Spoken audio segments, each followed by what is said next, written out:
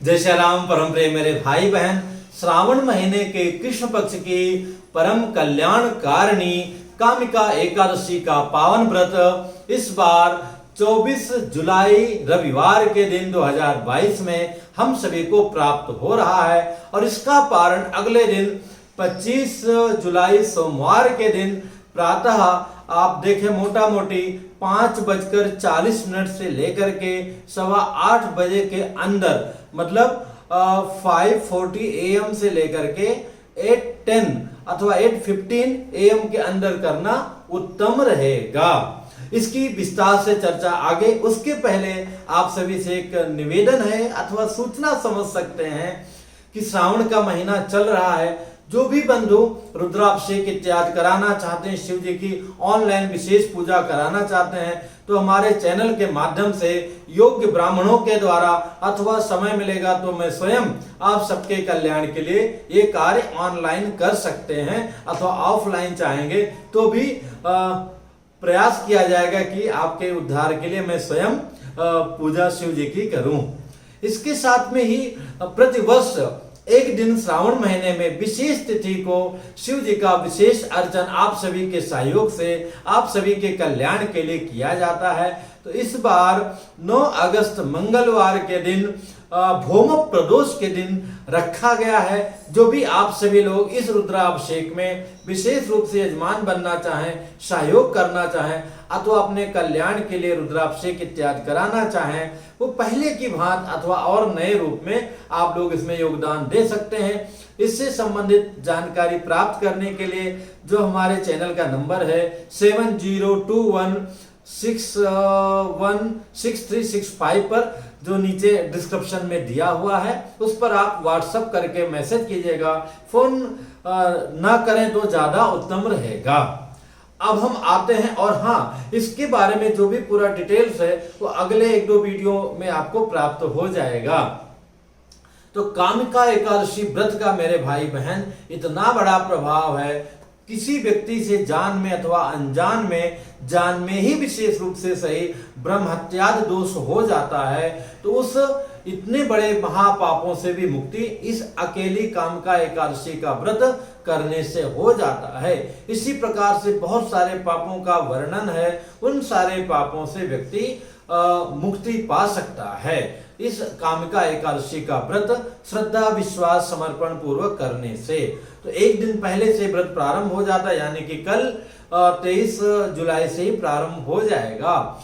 कल उत्तम यही है कि हम एक समय जो है भोजन करें, वो भी सूर्यास्त के पहले ग्रहण करें। जिनका श्रावण का नियम चल रहा है वो उसी नियम से कल ग्रहण करें और बाकी एकादशी के दिन एकादशी वाले नियम का पालन करें। फिर भी कुनरू है, बैगन है, लहसुन प्याज इत्यादि सब ग्रहण नहीं करना चाहिए। ब्रह्मचर्य का पालन करते हुए समय से सो जाना चाहिए। अगले दिन एकादशी के दिन प्रातः उठना चाहिए। आसपास कोई तीर्थ हो, जलाशय हो, नदी हो, वहां जाके स्नान इत्यादि करना चाहिए। उसके पहले जो मंजन वाली बात आती है कि हमें मंजन नहीं करना चाहिए। एक बार दातून कर सकते हैं अथवा उंगली से जय जय सिया राम केवल जो है गर्म पानी से भी कुल्ला इत्यादि कर सकते हैं, अथवा सोने के पहले पूरा ब्रश मंजन करके सो गए तो भी जय जय सिया राम एक बार हो सकता है। तो इस प्रकार से हमें ध्यान देना चाहिए बिल्कुल उत्तम लाभ प्राप्त करने के लिए। इसी के साथ ही जिन लोगों का कंपलसरी ना हो तो उनको सेविंग इत्यादि नहीं करना चाहिए। नेल पॉलिश, लिपस्टिक इत्यादि, परफ्यूम है, इन सब चीजों में अल्कोहल होता है, इन सब से हमें दूर होना चाहिए, बचना चाहिए। और बाहर की चीजें खाने से बिल्कुल बचना चाहिए। बाहर का फ्रूट्स भी खाते हैं तो पता नहीं कैसे साफ पानी से धुला हुआ है, प्लस आप जो है थर्माकोल अथवा कागज का प्लेट लेते हैं उसमें भी लाशा लगा होता है, वो चाकू कैसा है, वो सारी चीजें हैं। तो इन सब में देखा जाए तो नारियल का पानी जय जय सिया राम थोड़ा ठीक रहता है। पर नारियल के पानी में भी जो कई बार देखा गया है कि जैसे किसी ने जूठा किया, अब उसी को उसने दोबारा काटा तो वो जूठा ऊपर से काटा और उसी में उसका मलाई निकाल के उसको दे दिया। तो उत्तम यही है कि हम बाहर का ऐसा कुछ ना खाएं, खाना तो अपने चाकू से अपने उससे कुछ ग्रहण करें तो ही उत्तम रहेगा। और उसके बाद में पूरे श्रावण महीने में शिव जी की उपासना और हरिहर मतलब दोनों की उपासना का बहुत बड़ा महत्व है। तो अब जो है इस दिन जो है विशेष रूप से जो है एकादशी का दिन है, तो हरिहर दोनों की उपासना, रुद्राभिषेक है, सत्यनारायण पूजा है, अथवा एक भी कार्य करा सकते हैं। अब जो व्रत की विधि है, एकादशी वाले व्रत की विधि, कि जैसे कि आप उत्तम ही रहता है हम निराजल रहें, अथवा जल पी के रहें, अथवा दूध पी के रहें, अथवा एक समय अथवा 2 समय केवल फल खा के रहें। तीसरे नंबर पर आता है भैया कि नहीं हुआ तो चलो एक समय आलू इत्यादि कुछ ऐसा ग्रहण कर लिया, साबूदाना इत्यादि ग्रहण नहीं करना चाहिए। हालांकि एकादशी के व्रत में नमक का जो है कोई ऐसा परिहार नहीं बताया गया है, तो उपवास वाला नमक प्रयोग में ला सकते हैं। जो वृद्ध हैं, बूढ़े हैं, बच्चे हैं, उनके लिए भी जो है चावल है, बैगन है, मसूर का दाल है, कुंदरू है, लहसुन प्याज इत्यादि सब बिल्कुल नहीं बनाना चाहिए। सिंपल वे में भोजन बना करके उनको दे सकते हैं।